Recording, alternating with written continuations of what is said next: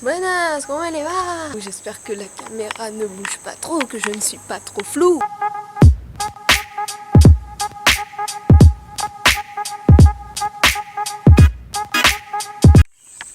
Yo! J'espère que tout se passe bien pour vous. On se retrouve quelques semaines après. Je voulais vous montrer l'évolution de mes semis. Pas tellement de mon potager parce que je dois avouer que j'ai pas vraiment planté plus de choses direct en terre. Mais par contre, j'ai fait le répulsif. Vous avez dit que pour les insectes qui bouffaient mes haricots là, et j'avais dit que je voulais trouver un répulsif naturel, c'est chose faite. J'ai trouvé 2 répulsifs naturels. Dans cette vidéo, je vais tester lequel est le plus efficace, donc je vais en faire 2. En premier de limoncillo. Le limoncillo, c'est l'équivalent à la citronnelle en Colombie. Et le deuxième d'ortie, donc je vais faire un petit purin d'ortie, ça va être très agréable. Et voilà, je voulais vous montrer ça, tranquillement, je voulais pas me prendre la tête. Moi sinon je vais bien, hein. Tout va bien dans la vie. Ça m'a fait très plaisir, tous vos retours sur la première vidéo. J'ai vu qu'il y a plein de gens qui ont commencé du coup à faire des petites semis, qui ont commencé à faire leur petit potager. Je trouve ça super cool, ça me fait extrêmement plaisir.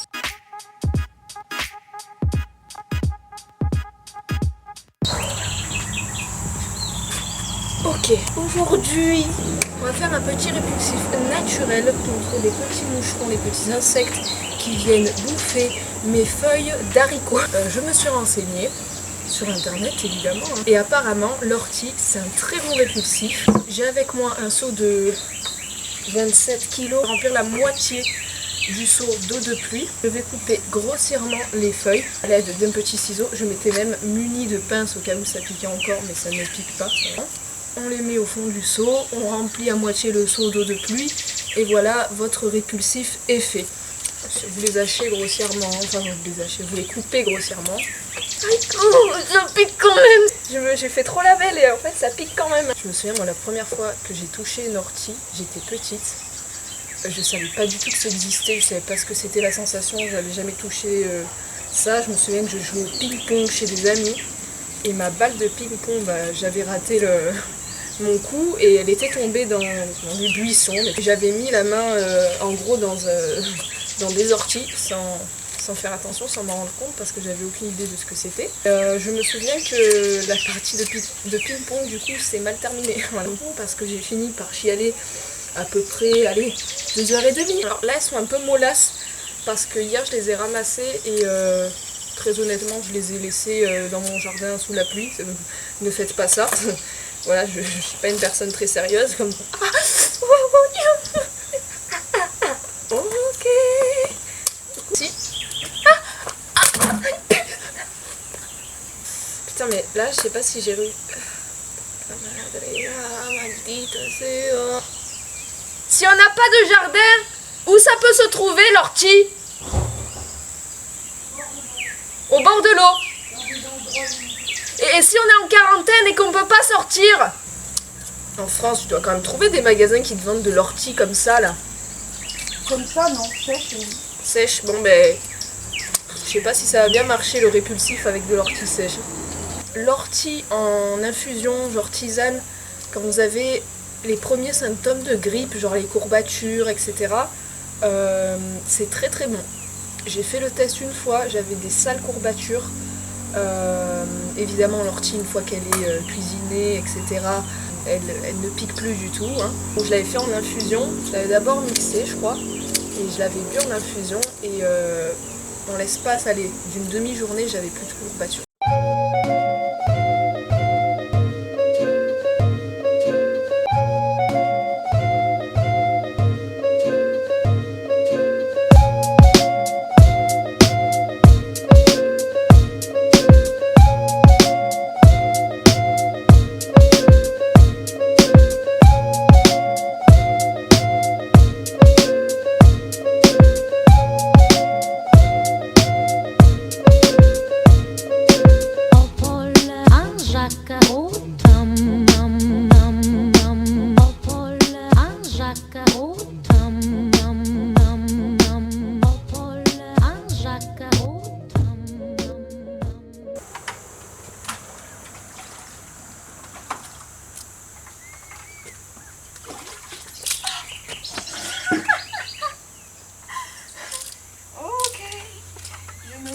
de l'eau partout. Je me suis mis de l'eau partout.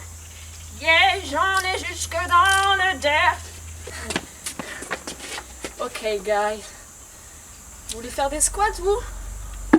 Allez à la ferme. On vient remplir d'eau de pluie. Donc voilà notre petit répulsif. Donc ça, il faut le laisser 1 à 2 semaines fermenter. Donc je vous montrerai au fil des jours et peut-être dans une semaine ce que ça va donner. Apparemment ça va commencer à faire une mousse blanche à la surface et cette mousse blanche va commencer à disparaître au fur et à mesure, et quand il n'y a plus de mousse blanche, c'est que le répulsif est prêt. Donc après ça, on va le filtrer et voilà.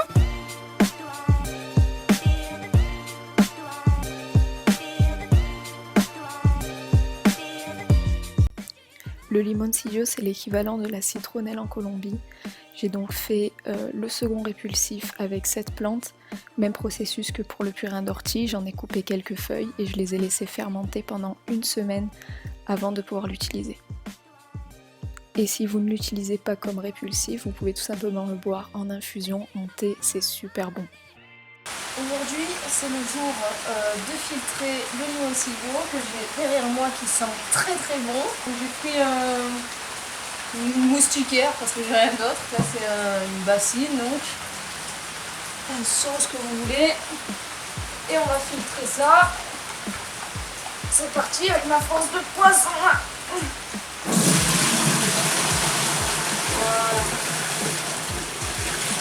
Cette bonne odeur.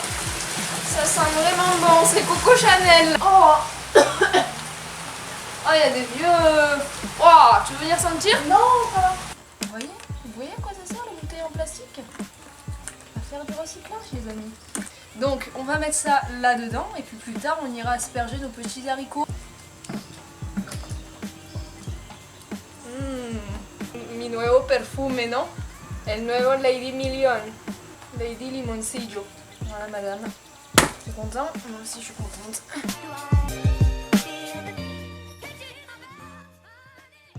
On se retrouve 2 semaines après avoir fait le purin d'ortie. Donc aujourd'hui, je vais le filtrer parce que là, je l'ai ouvert, je viens de l'ouvrir.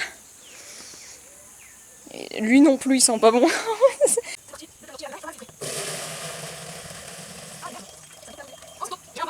Maman, viens me donner ton avis.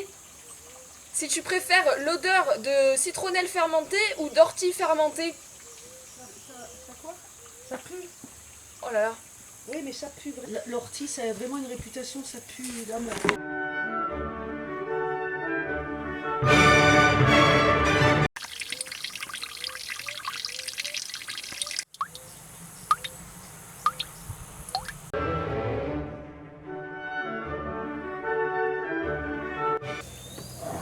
On va essayer de la remplir comme ça, je sens que je vais faire un malheur. Je sens que ça va pas bien marcher, je le sais, mais je le fais quand même. Vous aussi vous avez ce problème, vous savez que quelque chose va mal se passer, mais vous le faites quand même.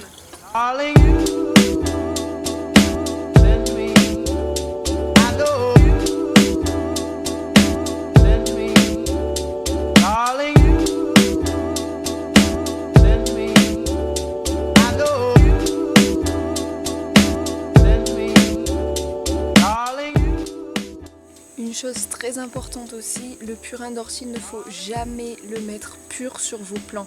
Ça peut les cramer parce que c'est une plante qui est extrêmement forte et encore plus si elle est fermentée. Donc ce qu'il faut faire, c'est la diluer dans de l'eau. Donc par exemple là dans ma bouteille, j'ai une bouteille de 900 ml, je mets 100 ml de purin d'ortie et le reste c'est de l'eau.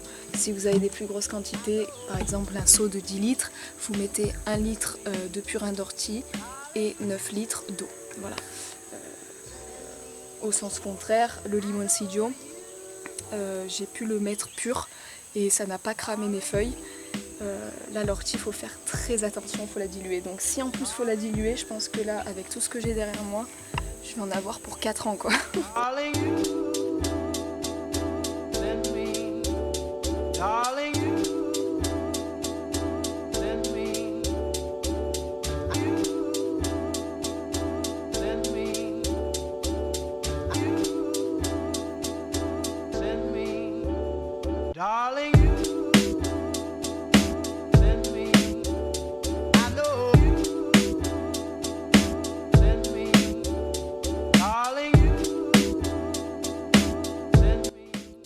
conclusion, le purin d'ortie est bien plus efficace que le limoncillo.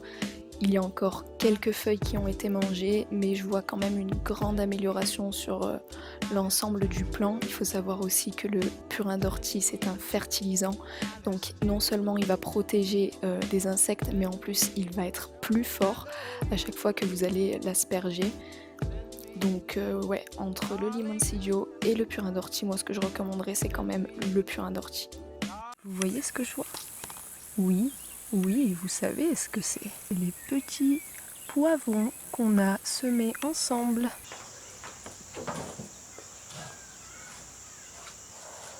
Et comme j'avais semé plusieurs graines dans un même trou, forcément les plants ont poussé trop serrés. J'ai donc dû les repiquer une fois que les premières feuilles sont apparues, c'est-à-dire les séparer et les replanter chacun individuellement dans un pot afin qu'ils puissent continuer de pousser.